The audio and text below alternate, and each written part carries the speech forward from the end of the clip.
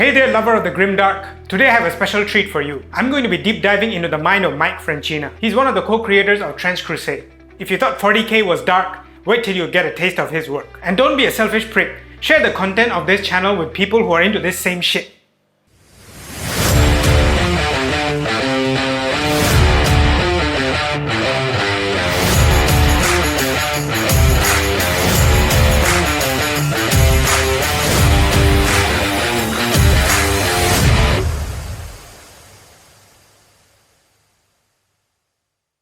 What inspired your fascination with dark fantasy and religious iconography? I've always been fascinated by like stuff you're not supposed to watch. Like my parents they'd be like, "Oh, you shouldn't, you can't watch that." So then I have to watch it, or whatever, and I'll you go to your friend's house or whatever to watch the R-rated movie when you're real young and things like that. So that's been a big part of it, I think. Like just because my parents are like, "Oh, this is bad," I'm like, "Oh, I have to see it now," Even more than that, like horror novels I got into when I was young, and then I got into Warhammer when I was like a young, like maybe when I was like 12 or 13 or something, and that was a big inspiration. I loved all the artwork and the grim flavor of all that stuff, and yeah, I mean that's kind of basically it. It's really just kind of books, movies, and other dark entertainment that I'm just kind of into.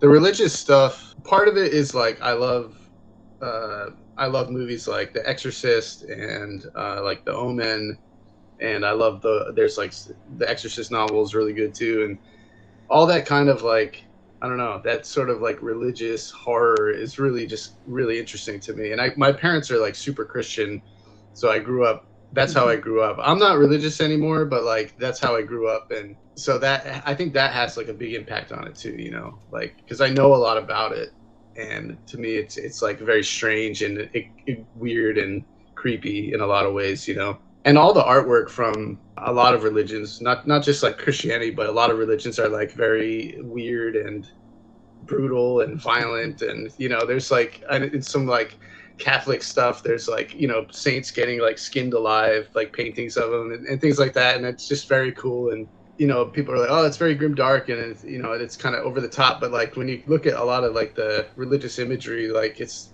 not really that over the top compared to some of that stuff. From a young age you had this interest, but at what point did you like start to know that you start to dabble in drawing and creating art with that kind of imagery?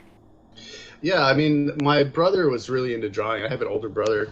He was really into drawing a lot, and so I kind of just, little brother tagging along, like I'll draw too, kind of thing. And my brother collected a lot of comic books, and I started getting into comic books. That's kind of really where a lot of my like drawing interest came in. I was really into Dark Horse had these like Aliens comics from the movie Aliens, and they were really cool. So there was a bunch of comics I was into. There was like this comic called Gru about this like goofy barbarian. It was kind of like a cartoony, fun comic, but I really liked the artwork in that one. And then I saw Hellboy by Mike Mignola, and I was really into that. I love the artwork and everything.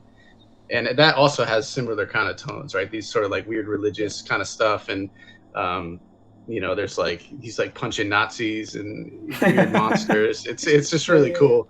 Yeah. And then I went to college for computer science. I don't know why, frankly, but like I was going to learn how to be like a computer engineer, I guess. And then I didn't really like that. And I was just kind of like slacking off on all my schoolwork and not really doing anything. And I just realized all I was doing was kind of like doodling and drawing all the time. So I was just like, I guess I'll just do that. My parents weren't really happy that I switched, but I did it anyway. And, eventually it worked out. So you formally studied art after that? I didn't realize that when you went to art school, like a dedicated art school, that all you took was art classes. I went to 2 colleges, and like they were, I forget what the liberal arts, I think they call it, where it's like you have to take a lot of classes like math and all this other stuff that's not related to artwork. And then so once I graduated, then I had met some friends when I got my first job, and they went to art school, and they were like, "Oh yeah, all we took was art classes," and they had like 1 math class that they had to take, and I was like, "Oh, maybe I should have done that." I was always the kid who liked to draw in school, so I knew I was going to do something with art, but I didn't know what. And then I saw my elder brother went into computer science.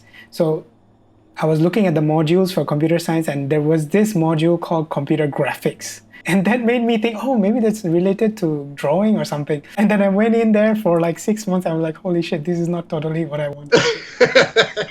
So I was like, okay, I'm out. How was the collaborative process like with Thomas and the team?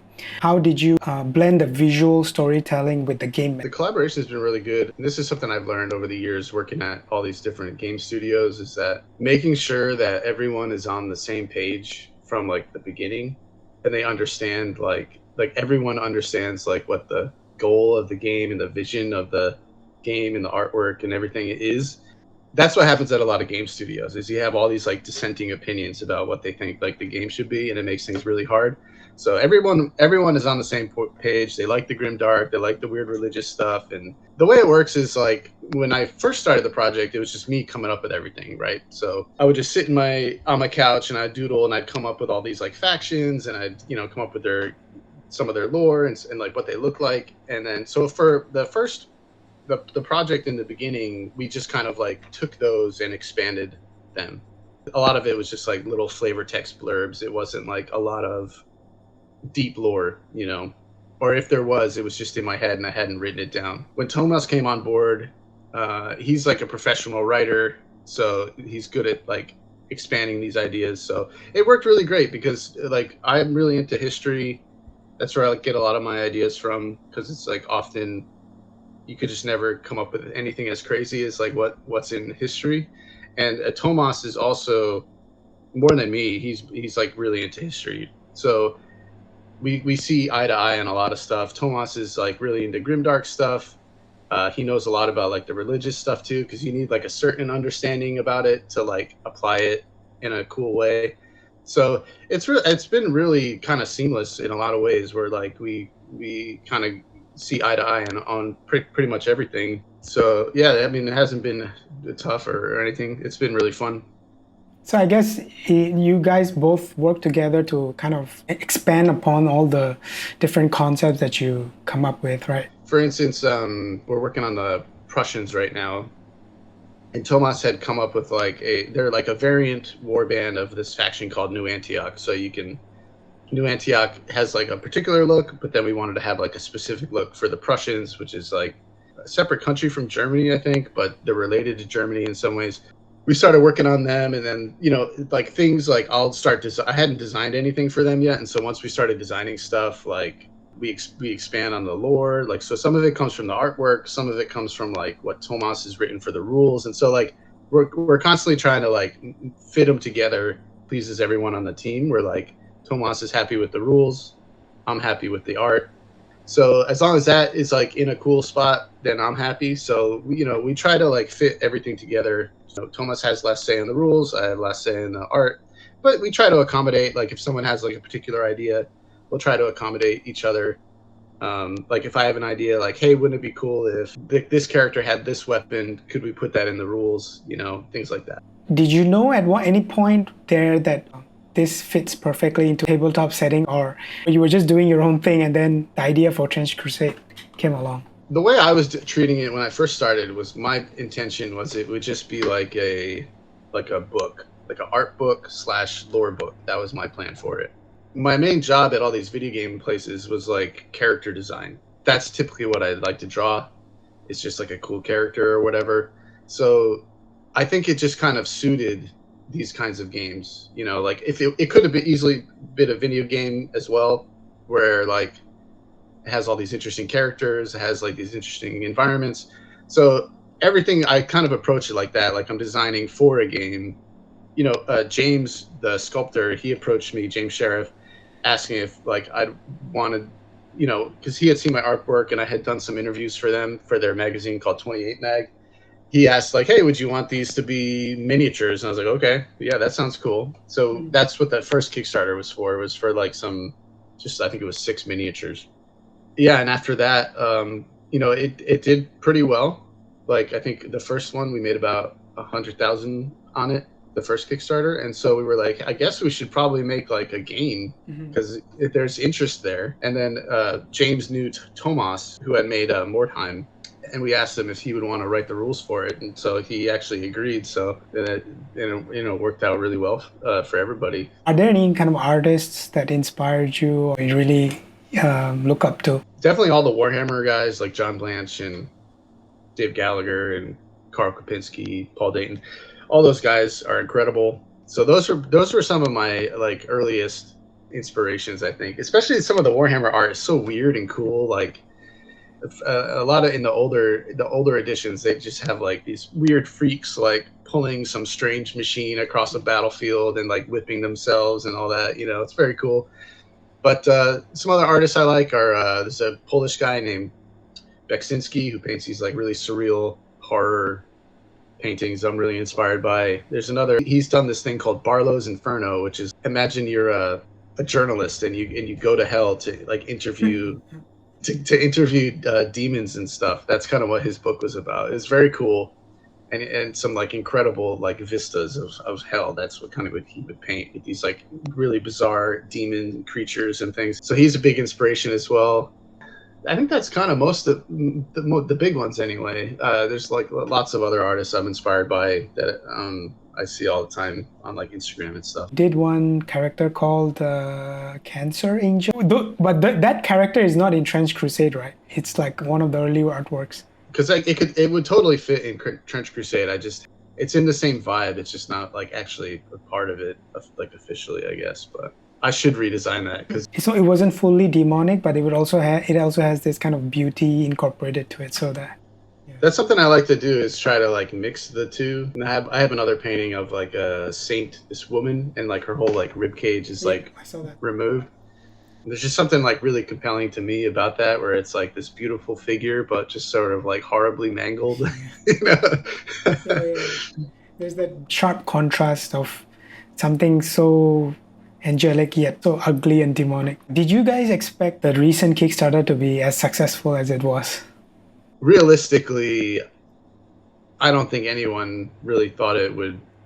You know, there's so many games that come out and just kind of fizzle and don't do as well as people want. So like, I think I was cautiously optimistic. Like if we had hit 2 million, I was like, that's like dream come true. Cause I thought if we hit 2 million, we could go, everyone could go full time on it. It would be maybe a little tricky, but like, I think we could have done it. That was like my wildest dream, was that it would hit 2 million. So, and realistically, I didn't think it would do that at all. So yeah, I think we were all surprised. Was it because a lot of people wanted this kind of game, or was it because, people thought these minis are so cool, I gotta have them? So I don't know. That's a good question. Like you could just sort of like download the rules and play like whenever you want. And I think that was like a big part of it, that it helped build up like a fan base ahead of time, or like a community ahead of time of people who are interested in the game. And I think people really love the setting for whatever reason. So I think that's a big part of it. The like the miniatures are really cool too. So I think it must be like a combination kind of everything. I'm sure there are some people who just bought it for the minis. I know some people aren't into lore and things like that, so they didn't get the book or whatever, but I think it must be like a mix kind of everything. Because like our minis are good, but they're still not like Games Workshop quality, which is tough because they're like they have their own manufacturing facility and all that. Yeah. And they have like armies of people that work there, so it's the minis that we do have are a little bit different. And I think the setting is really interesting, and that's what kind of draws people in. But yeah, I don't really know.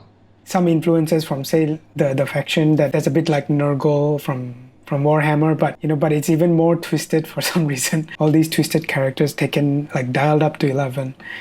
Yeah. I'm a huge Nurgle fan, and so I wear most of my inspirations just on my sleeve. So like that faction was like, I like Nurgle, but I'm also really into body horror, and I feel like Nurgle, it doesn't have a lot of that. It's like everything's like bright green and kind of silly. Yeah. And so I wanted to make it. I have all these like reference photos of like horrible medical. That's the stuff I wanted to like show on these characters, and it's a little hard to recreate that in miniature form. But that's the stuff that I'm inspired by, as awful as it sounds. It's not just the Nurgle stuff. I can imagine like people who are very devout Christians might take offense to some of them, but it's like really cool. There's a mix. I think there's some religious people they love it, and then there's some religious people that I get some emails every now and again of people who are very unhappy about it. If you haven't pissed someone off, you're not doing a good job. Yeah, I agree. Because you want people to care. Because I know on Instagram, people post always their refined and best work. But for you, I also see you doing like very, sketchy doodles and things like that, very rough drawings. It seems purposefully unfinished and very raw. So is that like intentional? Like, what's the thought process behind that? I don't really think about it too much. It's just like I'll draw something, and if I like it, if it's really rough or polished or anything, I'll just post it. And it's just kind of fun to post that stuff and get people's like thoughts about it and see what they say. And I personally, as an artist, like seeing those kind of sketch stuff.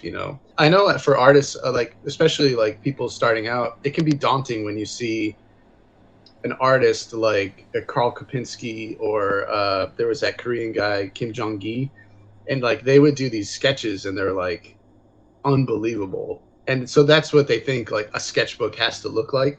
It's like not realistic for 99.9% of not just people but like artists too, like even really good artists. Part of the reason I post that stuff is just to kind of be like, hey, it's okay to post like have like crappy sketches. Not all sketches have to be like those great guys. That's what I also appreciated about them, is that you could see one of your like more refined artworks, and just beside that post would be a very sketchy one, and a more look behind the scenes, because people always think everything's always refined and shiny on socials. So it's like an arms race to do like the best work fastest, and like get the most like eyeballs on it. And I think the best way to approach it is like not to worry about what the other people are doing and just kind of enjoy your artwork. Yeah. Do you have a favorite faction? Yeah, I mean I would say the Trench Pilgrims are probably my favorite. They were kind of like the first guys I designed, and they have the most, I would call it like the most pure Trench Crusade flavor. Yeah, it's like what would happen if you gave the crazy religious fanatics of the Crusade era, guns and stuff. So, yeah. Personally, for me, it's the Black Grail and the Court of the Seven. So I'm also like a Chaos and Nurgle kind of guy. Okay. So medium term to long term, what's the plans for Trench Crusade, if you can share? So we'll be fulfilling the Kickstarter. My time, we have the book. We have to. A lot of people back the book, so we have to finish the book. That's going to be shipped out in January. So have some illustrators helping to work out with that. So we're, I'm writing contracts and doing feedback for illustrations right now, and I'm also designing some of the new war bands that we want to do. So in the book, there's all these like variant war bands, like I mentioned the Prussians before. We want to have at least a little bit of art in the book to show what they are. So that's what I've been doing, and we've got some other artists working on that too. And so, but once those are ready and everybody has their minis, we will then start putting out new war bands and stuff. We're going to a couple of conventions this year. At the end of the year, there's like a couple of stretch goals we have to complete, and that's like it's a couple of different types of campaigns. So there's like a narrative campaign where there's like a specific story that Tomas will like write with the rules, where like, how like in Saving Private Ryan, they start out at the beach and then they end up in this like French town somewhere, right? So imagine something like that, where your warband goes from like, this location and it plays like a bunch of different games along the path and ends up at like a final battle, and you play against your friend, and so that should be really fun. And then we have a map-based campaign where the way that one works is you have a big map of a sector, and then you basically will pick locations in the sector to fight over. And so that will have a bunch of artwork and map support and all this interesting stuff. So that's kind of what the next year is going to look like. I think we're kind of shooting for 4 new warbands. I don't know when they're going to get released, but we will see. I see. Are you guys looking at producing your miniatures locally, or are you looking at a vendor to help you with that? So we're starting to look into the possibility of like plastic minis, like you would get on a sprue from like Warhammer or whatever. We're just starting that process to see like what the possibilities are. The issues are, there's some issues with that where sculpting for that is different than sculpting for like 3D printers. Mm-hmm. There's a lot more like production rules, like how things like have to be engineered, and you can't have like undercuts and all these things. And it's something we want to do because it, like, the plastic on the sprue is such a nice, and they're very durable, and kind of like once you pay the mold price, they're kind of like cheap to produce. In terms of ratio of people, like, is there more digital than physical?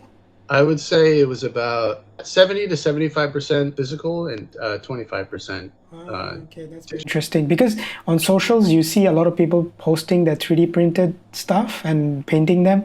So for some reason I assume that, there's a lot of digital backers. If you're saying it's only 25%, then there must be a lot of waiting for the physical mini, I guess.